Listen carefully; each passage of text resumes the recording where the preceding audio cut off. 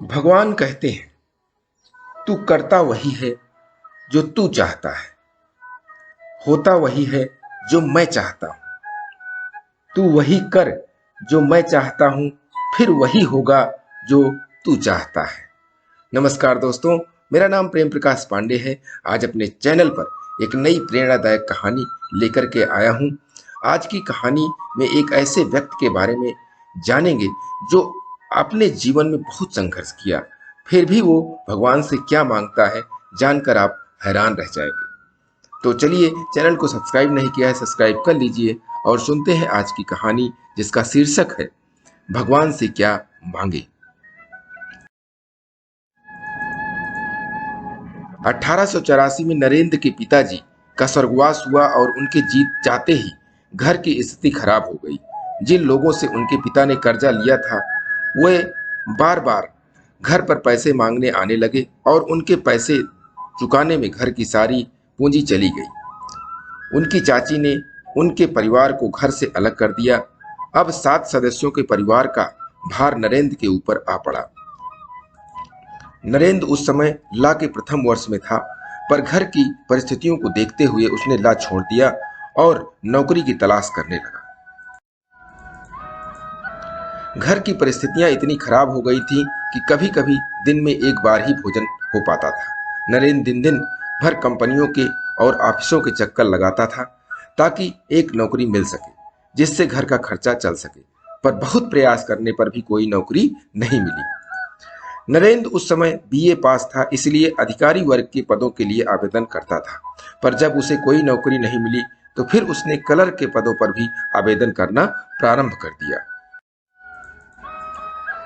दिन दिन भर भूखे प्यासे पैदल चलकर उसने कई इंटरव्यू दिए, पर कहीं भी उसे एक नौकरी नहीं मिल सकी। इसी तरह एक दिन वह इंटरव्यू में रिजेक्ट होकर लौट रहा था, तभी अचानक सड़क के किनारे बेहोश होकर गिर पड़ा। जब उसे होश आया तब वह घर पर था, लेकिन अब उसका भगवान पर से विश्वास उठ गया। उसने मन ही मन सोचा, यदि भगवान होते तो क्या इतने प्रयास करने पर भी सफलता न देते। यह बात किसी ने जाकर दक्षिणेश्वर के काली मंदिर में श्री रामकृष्ण परमहंस को बताई। उन्होंने कहा, नहीं नहीं, ऐसा नहीं हो सकता। तुम नरेंद्र को मेरे पास आने के लिए कहना। कुछ समय बाद नरेंद्र रामकृष्ण परमहंस के पास आए तो उन्होंने मंदिर में मां काली की प्रतिमा के समक्ष जाकर कुछ मांगने के लिए कहा। नरेंद्र मंदिर में गया और ध्यानस्थ बैठकर आ गया। परमहंस जी ने पूछा, क्या मांगा? उसने कहा, ज्ञान और भक्ति। परमहंस जी ने कहा, तुमने अपने घर की समस्या के बारे में तो कुछ मांगा ही नहीं। जाओ, फिर से जाओ और अपनी बात कहकर आओ।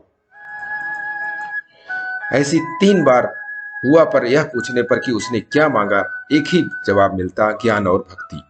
परमहंस जी ने कहा, तुम अपनी समस्या के बारे में क्यों नहीं कुछ मांगते? नरेंद्र ने उत्तर दिया, क्या ईश्वर से इतनी तुच्छ चीजें मांगू? परमहंस जी मुस्कुरा रहे थे और समझ चुके थे कि नरेंद्र का ईश्वर से विश्वास नहीं उठा है। वह निराशा के कारण ऐसा बोल गया था। यही नरेंद्र आगे चलकर स्वामी विवेकानंद हुए और शिकागो में दिए अपने भाषण से संपूर्ण विश्व में विख्यात हुए।